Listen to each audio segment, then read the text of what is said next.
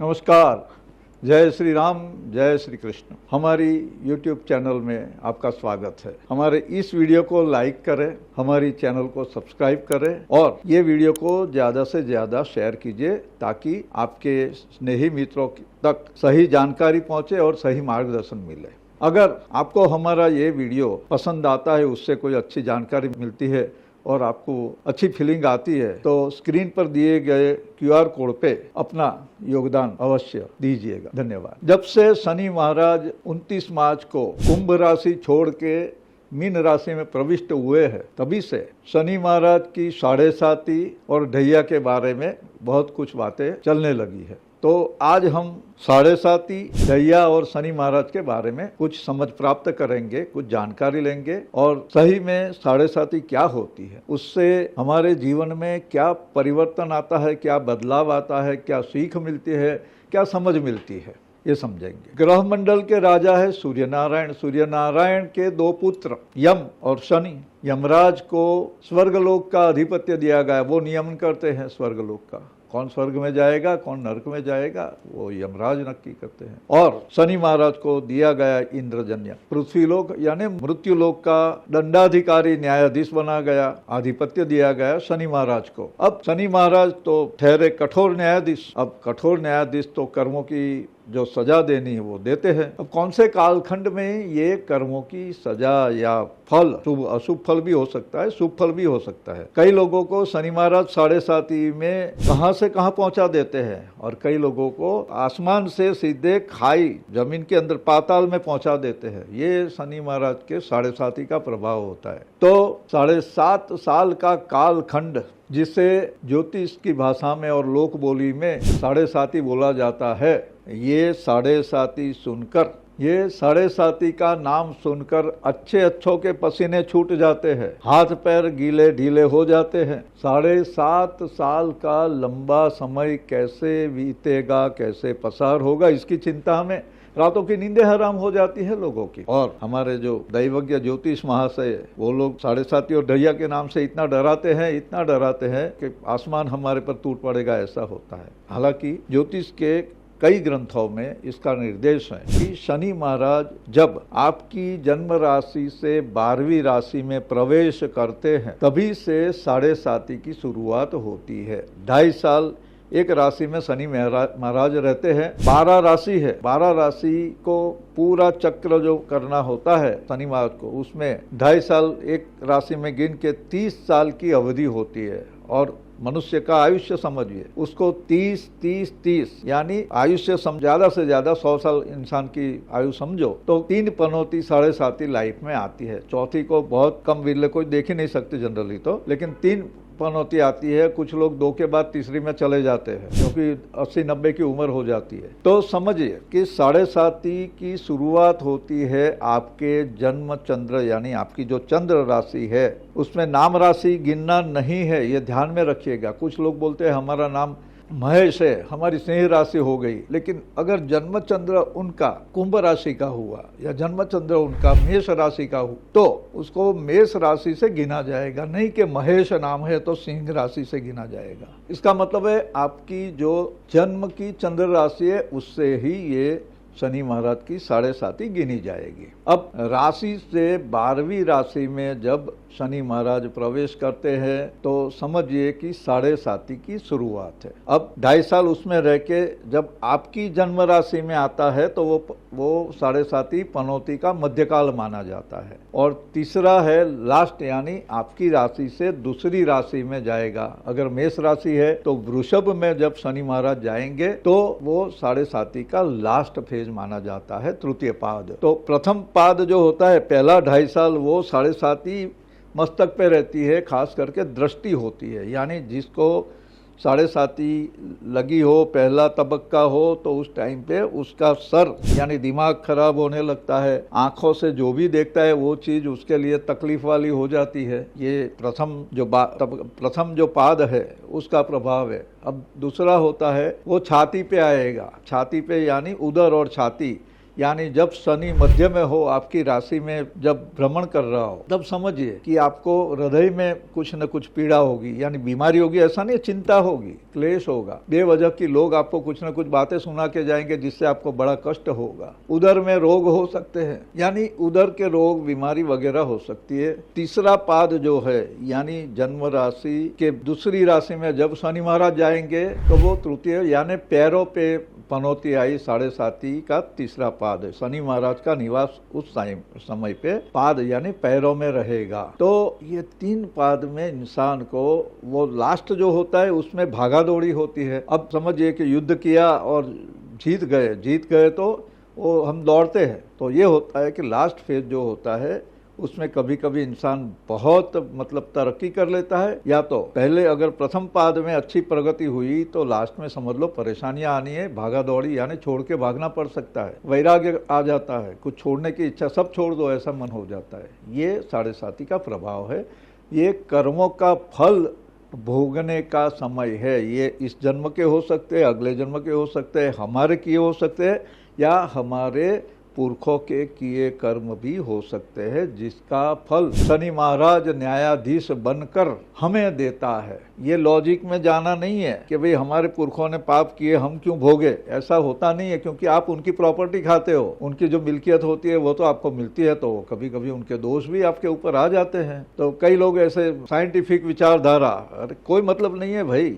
ये जो है ग्रहों के जो कुछ वाइब्रेशंस होते हैं, जिसको हमारा मस्तिष्क वो एंटेना लगा हुआ है, वो खींचता है, वो पकड़ता है, और उसी हिसाब से आपकी विचारधारा बनती है। नास्तिक विचारधारा भी इसी तरह से चलती है, भक्ति की विचारधारा ऐसे आती है, म्लेच्छ विचारधारा, यमन विचारधारा, ये सब होते हैं खाओ पियो मौज करो वाली। तो ये कर्म है, कर्म के फल होते हैं। हमने देखा है कई लोग बड़ी अय्याशी से जीने वाले, फिर बाद में जब उनका वो 7.5 वाला टाइम आता है तो हो जाती है तकलीफें। कई कुंडलियां हमारे पास है बड़े बड़े लोगों की, बड़े बड़े सेलिब्रिटीज हो, बड़े लीडर हो, या बहुत नामी लोग हो, उनकी जब भी आप देखोगे तो समझ में आएगा कि जब भी उनका कर्म फल भोगने होते, उन्होंने कई लोगों, प्रजा को कष्ट दिया हो, लोगों को कष्ट दिया हो, तो उनको भी इस समय में सजा देखने को मिलती है। और सामने दूसरी ओर कुछ और लोग ऐसे होते हैं कि जिन्होंने अच्छे कर्म किए हैं, प्रजा की सेवा की है, खुद पूजा आराधना सब किए गए हैं, अध्ययन किया है, यानी कोई सांसारिक चीजों के प्रति कोई लोलुपता रखी नहीं है, उनका अपना प्रभाव देखने को मिलते हैं 7.5 में कि वो बड़े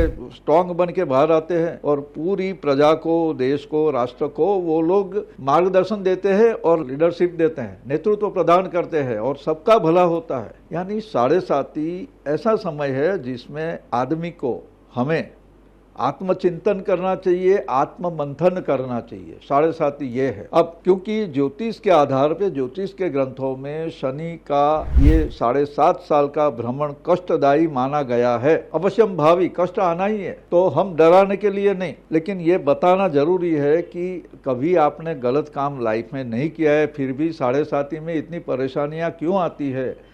तो ग्रहों के आधार पे माना जाता है कि हमारी जो सनातन परंपरा है उसमें ये माना जाता है कि आत्मा जब नई देह धारण करती है तो अपने अगले देह में किए गए कर्म और जिस परिवार में, जिस कुल में जन्म लेती है, उस कुल के जो 7 पुश्तों वाले जो होते हैं, पिछली 7 पुश्तों के अपने उनको पुरखे बोलते हैं, तो उनके कर्म देहगत जो होते हैं वो लेके आते हैं और शनि महाराज उसका न्याय करते हैं। तो ये ध्यान में रखना कि किसी का दादा ने किसी की जमीन हड़प ली या कोई स्त्री की हत्या कर दी, भ्रूण हत्या कर दी, ये सब पहले होता था, अभी होता है नहीं पता नहीं है, लेकिन वो तो खुश होके अपना जीवन यापन करके खत्म हो गए। लेकिन बाद में जब उनके घर बच्चे के बच्चे होंगे तो वो पोते को ये भोगना पड़ता है, उसके सामने चीजें आती है और वो जन्म कुंडली में वो चीजें इंडिकेट होती है। हमारे पास कई किस्से आते हैं, कईयों को अपने सपने में दिखते हैं कि भाई हमारी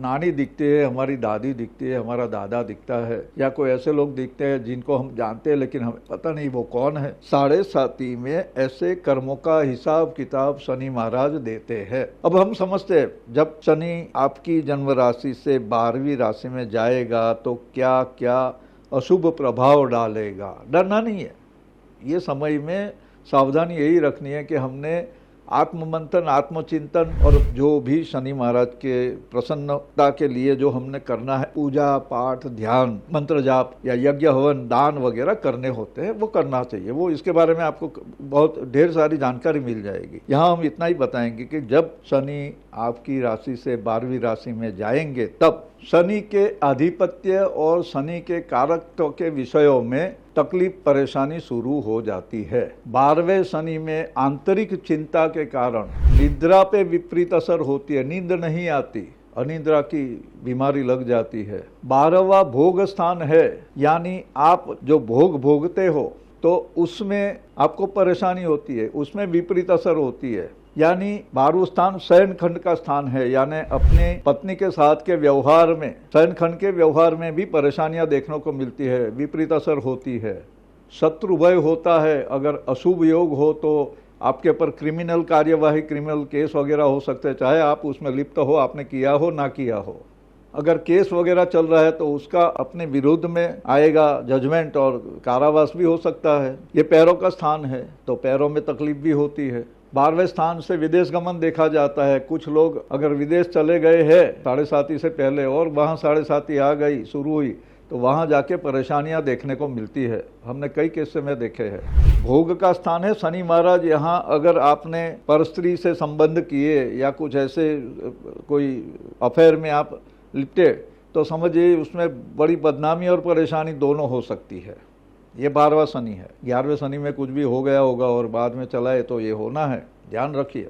ज्योतिष में पंचम स्थान विद्या का स्थान माना गया है, संतान का स्थान माना गया है, और उससे अष्टम ये 12वां स्थान होता है। इसका मतलब अगर आप स्टूडेंट हो और आपको 12वां शनि लगा है, खास करके ये मेष राशि वालों के लिए है। मेष राशि वालों को अभी 12वां शनि चल रहा है, 29 मार्च से आए हैं। तो मेष राशि वाले विद्यार्थियों के लिए सावधान होकर चलने का समय है।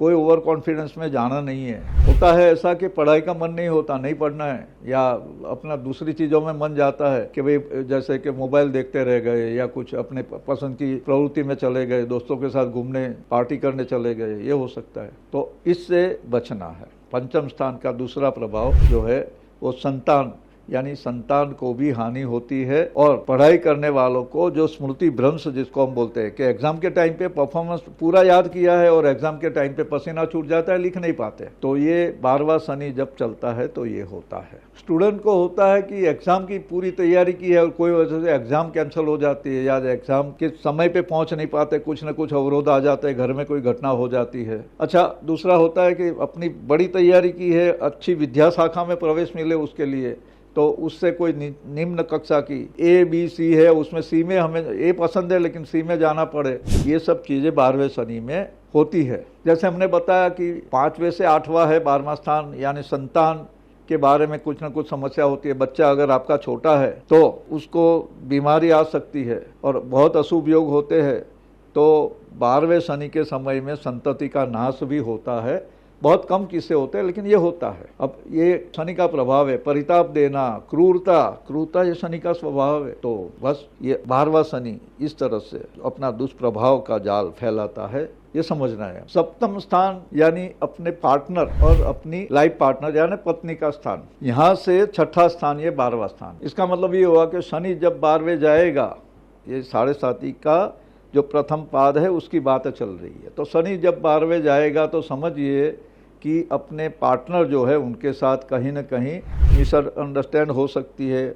आपके साथ कोई शत्रुवत व्यवहार वो कर सकते हैं, आपको दबाने की कोशिश कर सकते हैं, और अपनी धर्मपत्नी के साथ मिसअंडरस्टैंड होती है या तो उनके साथ से दूरियां बढ़ती जाती है, अलग होने तक की बातें आ जाती है। वो आपको समझ नहीं पाएगी, ना आप उसको समझ पाएंगे। अगर आपके जन्म पत्रिका में विवाह विच्छेद के योग है तो इस समय में डिवोर्स भी हो सकते हैं।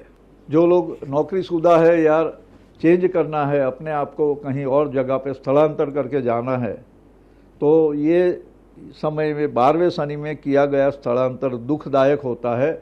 वहाँ जो आपने सोचा हो, जो सपने संजोए हो, वो पूरे नहीं होते और परेशानी आती है। स्थान परिवर्तन संभव है लेकिन वो सुखकर नहीं रहता 12वें शनि में। अच्छा, दूसरा अपव्यय बढ़ जाता है। 12वां स्थान व्यय का है, खर्च का है, यानी बेवजह के खर्चे आ जाते हैं। घर में किसी को तकलीफ आ गई, पैसे खर्चा हो गया, बीमारी आ गई, खर्चा हो गया, घर में कुछ चीजें अच्छे से चल रही, टूट गई, ले आओ, खर्चा हो गया, तो अपव्यय बढ़ेगा। अच्छा, साथ में मन ऐसा हो जाएगा, शनि महाराज जब अपना प्रभाव है तो पहले इधर दिमाग में डालता है, यानी सोच बदल जाएगी, कृपणता आ जाएगी। बोलते हैं पैनी वाइज पाउंड फुल। 100 रुपया बचाने के लिए वो 1000 खर्चा कर देगा, 1000 जाने देगा, 10,000 छोड़ देगा, ऐसा होता है। व्यापार में भी ये होता है कि छोटी सी खींचातानी, अपने जो व्यापारी होते हैं, अपने वेंडर होते हैं, या तो अपने से माल लेने वाले जो होते हैं, उनके साथ छोटी छोटी बातों में खींचातानी करके अच्छा सौदा जो होने वाला था, हो सकता था, उसको आप छोड़ देते हो सिर्फ अंदर की कृपणता की वजह से। नहीं नहीं, हमको ये 5,000, 10,000, 5 लाख, 10 लाख नुकसान नहीं चाहिए, छोड़ो, नहीं करना है। इससे अच्छे संबंध भी खराब हो जाते हैं। यह 12वां शनि है, कृपण सोच में कृपणता लाता है। संकुचित मनोवृत्ति का प्रभाव आप पर हावी हो जाता है 12वें शनि में। दूसरी चीज है कि जब ये 12वां शनि होता है तो राह चलते कोई ना कोई अपने साथ झगड़ा मोल लेता है, बिना वजह की कजिया हो जाता है, क्लेश हो जाता है, छोटी छोटी बातें एकदम से बड़ा विकराल रूप हो जाता है। ये 12वां शनि है। आदि, व्याधि, उपाधि, ये जन्म कुंडली में 6ठा, 8वां और 12वां स्थान माना जाता है। तो ये 12वां स्थान का शनि, 12वां शनि आदि, व्याधि, उपाधि में कहीं ना कहीं वृद्धि करता है। हाँ, जो लोग सेवा भावी है उनको अंदर से उपाधि आदि होता है, लेकिन वो किसके लिए? अपने जो अधीन लोग हैं, जिनका उन्होंने भला करना, उनके लिए। लेकिन जो गृहस्थ है उनको कहीं न कहीं से परेशानियां आ जाती है, बनी रहती है। लाभ स्थान से दूसरा स्थान वह शनि, यानी आपके जो बड़े भाई है वो एकादश स्थान से देखा जाता है, यानी आपसे बड़े जो है उनकी वजह से आपको नुकसान हो सकता है। ये 12वां शनि है। 12वां शनि वो अपनी तृतीय दृष्टि कुटुंब स्थान, धन संग्रह के स्थान पे करता है। इसका मतलब ये हुआ कि परिवार जो है, अपने परिवार में कोई न कोई सदस्य बीमार रहेगा, मृदराज है तो उनकी देह त्याग भी हो सकता है। और तीसरा है कि धन संग्रह कम होता है, यानी आपके जमा पूंजी वो खत्म होने लगती है, खर्चा होने लगती है, निकलने लगती है। परिवार में विवाद होता है, मिसअंडरस्टैंड होती रहे एक दूसरे के साथ, बस छोटी मोटी बातों पे झगड़ा होता रहता है। ये 12वां शनि का प्रभाव है, यानी 7.5 शुरू हुई और ये घटनाएं होती है। ऐसे बोला गया है, बताया गया है शास्त्रों में कि शनि जब एकादश स्थान में जाता है, 11वां शनि होता है, उसकी लास्ट 5 डिग्री यानी 25-26 डिग्री पे शनि आता है और आपकी राशि से 12वें राशि में प्रवेश करता है। वो 3-6 महीने का जो समय है, उसमें आपको आने वाली 7.5 कैसी रहेगी उसका निर्देश मिल जाता है। ऐसे इंग्लिश में बोला जाता है ना, coming events cast their shadows. तो उस तरह से आने वाली 7.5 कैसी रहेगी उसका आपको ग्लिम्पसिस मिल जाती है पिछले 3 या 6 महीने। यानी समझिए मार्च में 7.5 जिनकी शुरू हुई है, मेष राशि वालों को शुरू हुई, तो उनको पिछले 3-6 महीने को पीछे जाके देखना चाहिए कि क्या घटनाएं हमारे साथ घटी है। शुभ घटी है तो समझिए आने वाली 7.5 आपको उत्तरोत्तर प्रगति की ओर ले जाएगी। और कुछ दुर्घटनाएं हुई है, कोई गलत आरोप आए, आक्षेप हुआ है, कोई घाटा हुआ, नुकसान हुआ, तो समझिए कि 7.5 में कहीं न कहीं आपको परेशानियां झेलनी पड़ेगी। ये है 12वें शनि की व्यथा की कथा। ये जो आपको कहाँ ले जाएगा, क्या करेगा, वो शांति रखनी जरूरी है। इसमें शनि महाराज की उपासना करनी होती है। आगे हम बताएंगे क्या उपासना करनी, क्या उपाय करने हैं। मन को विचलित और संकुचित नहीं होने देना है 12वें शनि में। ये मोक्ष का स्थान है, ये त्याग का स्थान है, तो खुद ही कुछ चीजों को त्याग कर दीजिए। खुद ही अपने आप को छोड़ देना है, मतलब चीजें हमें पकड़ के नहीं रखनी है, ममत नहीं करनी है हमें। हम बोला ईगो छोड़ दो, ये शनि ईगो को तोड़ देता है। तो 12वें शनि में ये ध्यान रखना है भाई साहब। उपासना, ध्यान वगैरह कर सकते हो, योग साधना कर सकते हो। और जो अपने अधीन लोग हैं उनको बिल्कुल ही प्रताड़ित नहीं करना है, उनको एल फेल नहीं बोलना, कुछ सुनाना नहीं है, वरना वो आपके सामने हो जाएंगे, आपका धंधा वो लेके चले जाएंगे। सावधान रहना है 12वें शनि में।